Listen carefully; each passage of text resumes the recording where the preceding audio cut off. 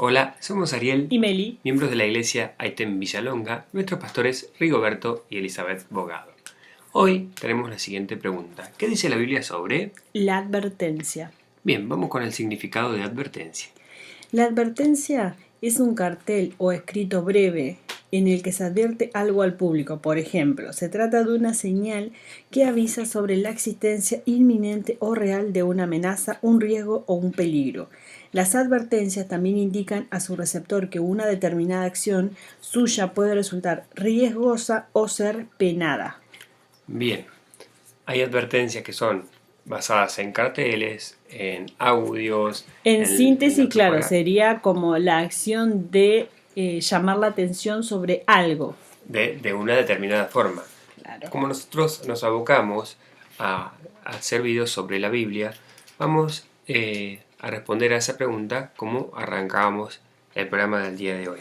Dice, en los evangelios frecuentemente encontramos a Jesús advirtiendo a las multitudes acerca de las enseñanzas destructivas del fariseo. Por ejemplo, Mateo capítulo 5 versículo 20 nos dice lo siguiente. Dice, porque os digo que si vuestra justicia no fuere mayor que la de los escribas y fariseos, no entraréis en el reino de los cielos. Y también tenemos a Mateo capítulo 16, versículo 6, entre otros, que dice lo siguiente. Y Jesús les dijo, mirad, guardaos de la levadura de los fariseos y de los saduceos. Los discípulos de Jesús siguieron sus pasos al proveer advertencias a los creyentes en otro pasaje del Nuevo Testamento.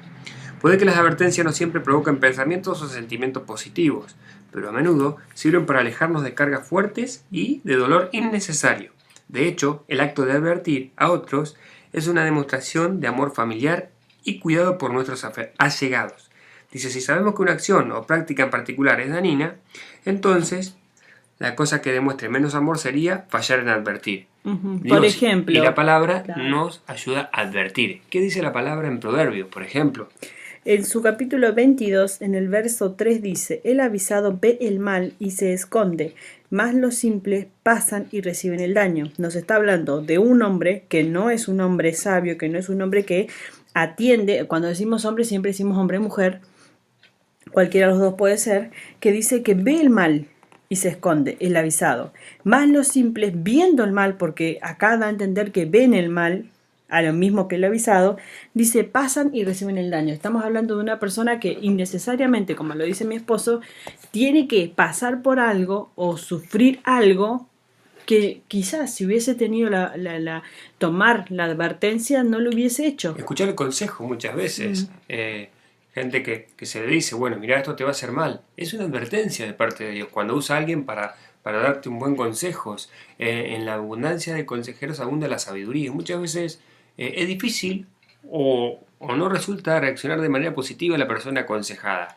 Pero tenemos que tener cuidado con eso, porque si el consejo viene de parte de Dios y va con respecto a la palabra y lo que la palabra manda, si lo seguimos, si la persona lo sigue correctamente, va a haber consecuencias positivas. Ahora, si no quiere escuchar la advertencia, y lamentablemente su consecuencia va a ser negativa. Dios nos dice en su palabra que su reino va a llegar, lo que hay que hacer para entrar en su reino, lo que hay que hacer para heredar la vida eterna, lo que hay que hacer para alejarse del pecado. Bueno, son advertencias que Dios nos está dando en este video, ¿no?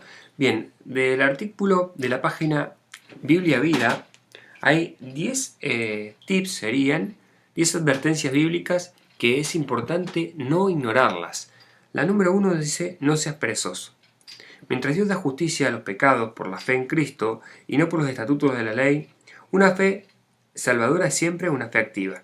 La pereza no tiene lugar en la vida de un cristiano. En Romanos 12:11 dice, Pablo instruye a la iglesia de Roma a no permitir que en su entusiasmo se presente sin acción. El entusiasmo sin acción difama la gloria de Cristo y no logra nada. Para finalizar, debemos estar conscientes de no ser perezoso en nuestro amor y servicio a Cristo y a otros. Bien, tenemos también... Antes de seguir hay que recordar que cuando hablamos de pereza no estamos hablando de decir que el cristiano no pueda tomarse un momento de recreo, no pueda tomarse un momento así de descanso, ¿sí? Son cosas totalmente diferentes. Estamos hablando de la cuestión de la fe, cuando Pablo le dice que no sean perezosos con respecto a su fe, para servir a Dios. No les está diciendo, no se sienten a tomar un mate ni un té porque eso es pecado. No está diciendo eso. Él se refiere a, digamos, bueno, el pastor un ejemplo claro, el pastor propone ayuno Ujú. y toda la iglesia está, o propone una vigilia y toda la iglesia dice, y no se presenta con afán para servir a Dios en eso. Bueno, esa sería la pereza que Pablo, a la cual Pablo se refiere en esta. Después, por ejemplo, el tip número 2 que tenemos acá dice, evita la tentación sexual. Hay un proverbio que dice, el camino de la tentación sexual no debe ser trillado o recorrido por nadie. Dice, como le dijo el padre al hijo en Proverbios 5, capítulo 5, versículo 5. Las palabras de seducción adúltera siempre llevan a la muerte. Debemos evadir la tentación sexual para evitar perdernos y nos lleve a la muerte por falta de disciplina. Proverbios capítulo 5, versículo 23. Siempre que se habla de la cuestión del cuerpo, hacemos esta salvedad. El cuerpo tiene una cuestión de disciplina, no solo con la medicina, con la salud, con estas cosas que son cuestiones como, bueno, la fornicación, el adulterio, no, todo tiene una cuestión de disciplina, porque obviamente hemos escuchado a personas que dicen como que es un impulso incontrolable. ¿Sí? Todas estas cosas pueden ser llevadas a los pies de Cristo. No decimos que sea fácil y que se puede llevar a los pies de Eso Cristo. nos da pie para hablar de el tips número 3, que dice, arrepiéntate de tus pecados. Ujú. No solo se debe evadir la tentación sexual a toda costa. Dice, también debemos arrepentirnos de todos los pecados que hemos cometido. Dice, la tentación no es necesariamente un pecado, pero una vez que hemos transgredido las órdenes de Dios, hemos pecado y estamos en necesidad de arrepentimiento. El arrepentimiento es el acto de alejarnos del pecado a través de Dios, para pedir su perdón y fortaleza para llevar una vida correcta. Jesús nos llama a todos al arrepentimiento de nuestros pecados. Marcos capítulo 1 versículo 15, advirtiéndonos que fallar en el arrepentimiento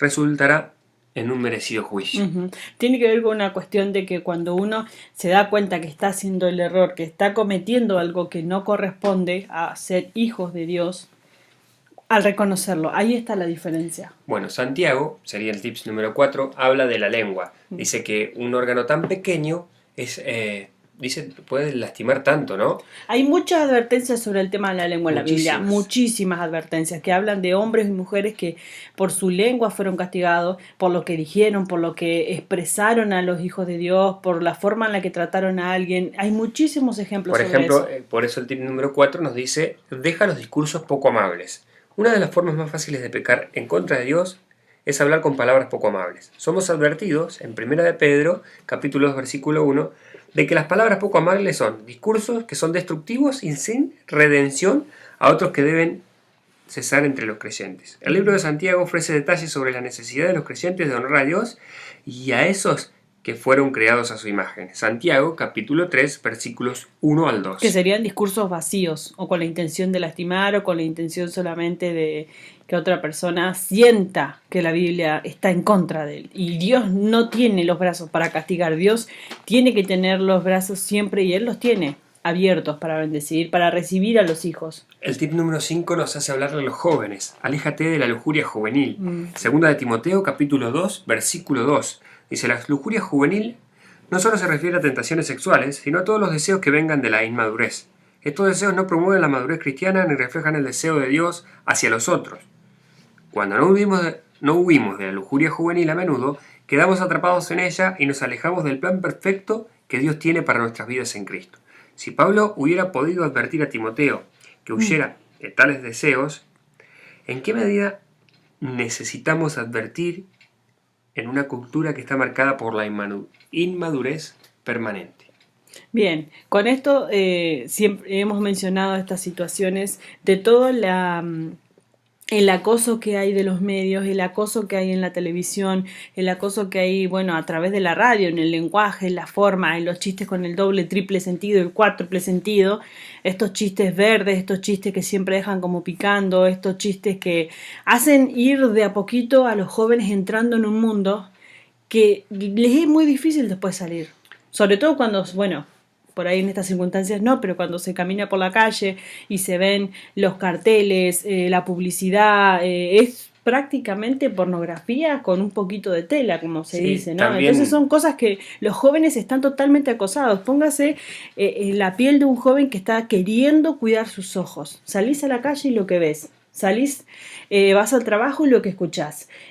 Vas, no sé, a un gimnasio y lo mismo que escuchás de otros jóvenes en lo que están haciendo, lo que no están Hay que haciendo. tener mucho de Es, Dios para claro, mantenerse hay que alejado. mantenerse en contra de una corriente que no es un mar, es un océano que te Hacemos un lleva. paréntesis para decir que es posible Por supuesto mantenerse que en es santidad posible. a través del ayuno, la oración, escuchar los consejos, mirar estos videos, por ejemplo, y escuchar las advertencias. Dios en esta tarde te dice, en el tip número 6, que acá resalta esta página, dice, renuncia a lo impío. ¿Qué significa renunciar a lo impío? A todo lo que no viene de Dios. Como decía, Mm. pensar en lo bueno, en lo Todo lo bueno, edificante. todo lo justo, todo lo amable, todo lo que es digno.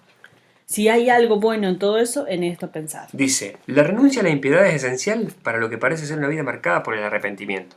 El arrepentimiento no es algo momentáneo. Al contrario, el arrepentimiento es una renuncia total a una vida impura. Los cristianos no deben volver al abismo del pecado del cual Dios los ha sacado. Hemos recibido del Espíritu de Dios que no podemos ser deudores de la carne. Romanos capítulo 8, versículos 12 al 17. Así Pablo declaró que nosotros, quienes hemos respondido a la gracia de Dios en Cristo Jesús, debemos negar la impiedad y vivir una vida correcta y sensible ante Dios. Tito capítulo 2, versículos 12 y 13. Vamos con el siguiente. Algo muy importante y creo que claro, pero lo vamos a mencionar. Deja de robar. La mayoría de las personas no piensan de sí mismos como ladrones.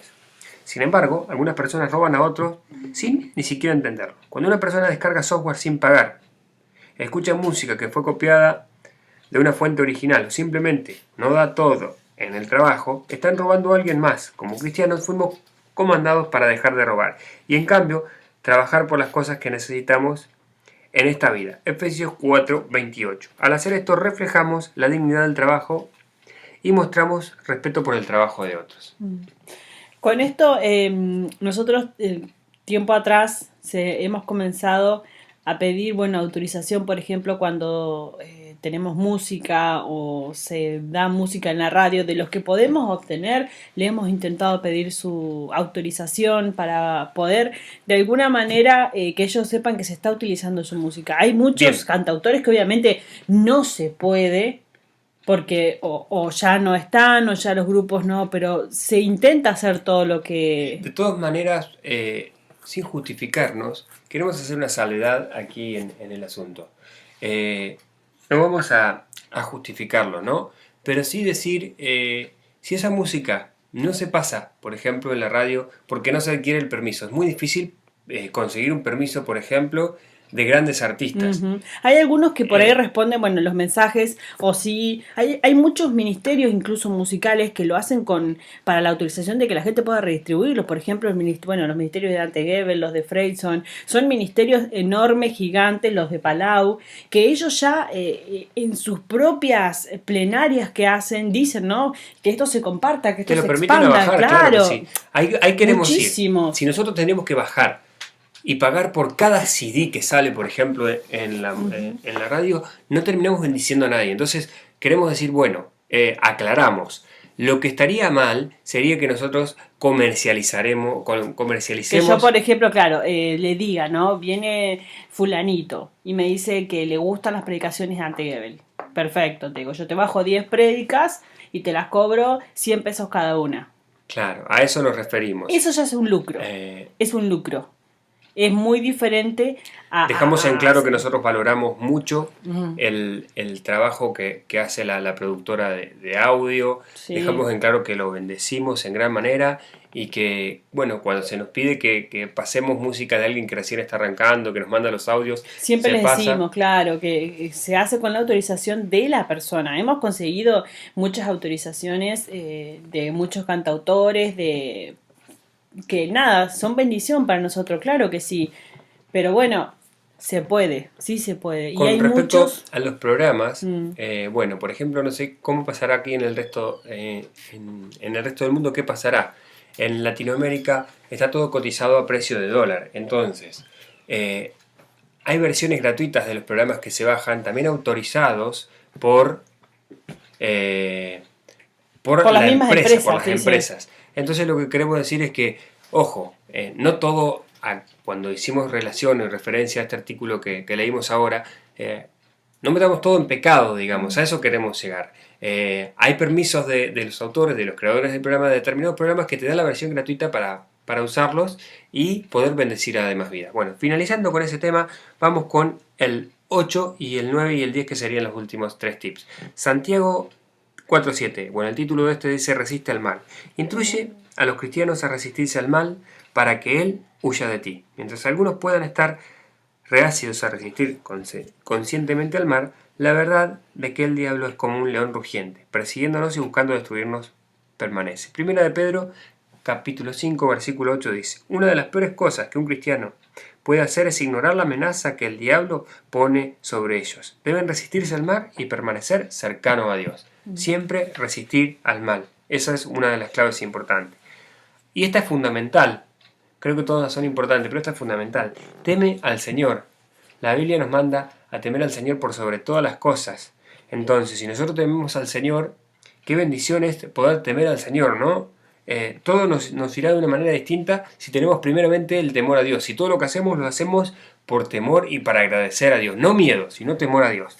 Y si así como cristianos trabajan con fe para resistirse al mal, ellos no deben darle tanto mérito. La lealtad mayor de los cristianos debe ser solo hacia Dios. Este es porque el autor de Hebreos advierte a su audiencia a servir al Señor con temor y reverencia. Hebreos capítulo 12. Hay muchos versículo 28. evangelios que están basados en esto, ¿no? El miedo a Dios, de que Dios está listo para castigar, para mandar el trueno.